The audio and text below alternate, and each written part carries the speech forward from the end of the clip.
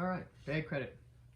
You got bad credit, you're looking to get a car loan. Now, rate is everything to a person who has bad credit. They think, oh no, oh no, oh no, I have to pay a high rate. Now, the only reason you get a high rate is because you are deemed to not be good with money. Now, that's not necessarily the case. You could be good with money. After that first year of you enjoying that high rate, I say enjoying because you got a car loan at that point in time, you got to enjoy the vehicle. You could refinance that for the same amount of time that you have left for the loan. You could refinance it for a little bit shorter to pay it off sooner, or you could refinance it for maybe a little longer to make your payment go down. But what you do when you refinance it is you change from a double digit to a single digit finance option at that point in time. So regardless if you stretch your payment option, kept it to the same as what you would be at that current time a year after signing for the vehicle, you're going to increase your budget because you now have changed the amount that you're spending on the loan. One way you increase your opportunities of getting approved for possibly a loan that would be in the higher digits is money down. Now, banks, they don't look at the monetary value of things like you and I do.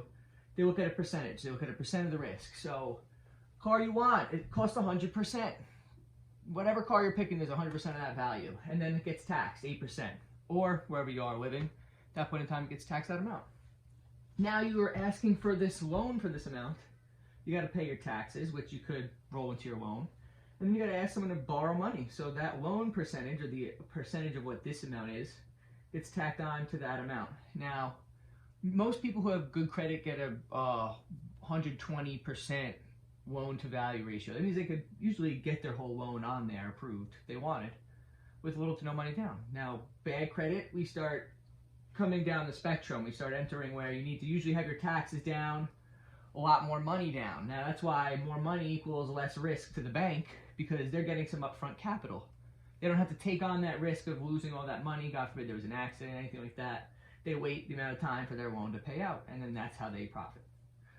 You put more money down, that takes less risk. Also, less that you have to finance at that time, less that's being basically asked for. Now, both of those things you stress at that point in time because you may not be in the situation of having a lot of income or are focused on a rate and want to get it low as possible right from the get-go.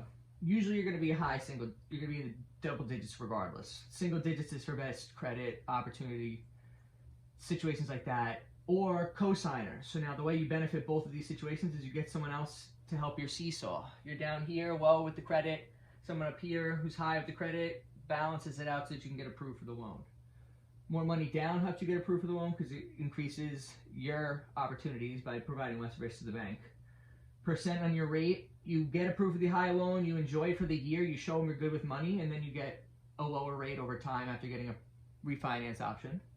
And then another way you can save money is your insurance. So there's many companies out there, and what I usually do is help people save money on their insurance so that they can afford more monthly. This actually usually helps you afford that higher interest the first year. Maybe it helps you with money down as you save, because if I wasn't able to help you get into a car that day, I'm certainly going to help you that day. Now, cosigner greatly increases all these odds. Maybe you'll enter a low rate opportunity because you have a cosigner. Maybe you don't need to risk as much money down in order to get the loan. Sometimes when you get a loan, you don't want to put $30,000 down because if you drive it off the lot and something happens to it, you lose that money. But in some instances, the bank needs you to put a decent amount down in order to have them approve that loan. Now, if you have any more questions, you always can reach out to me, make an appointment, check out some other videos on dnansomecars.com, or come down to Sunrise Side of North, where I'm located. Enjoy the day. I hope this video helped explain some things. At this point in time, sets you up to gain some success and traction to getting into a car. No pun intended, but a little intended.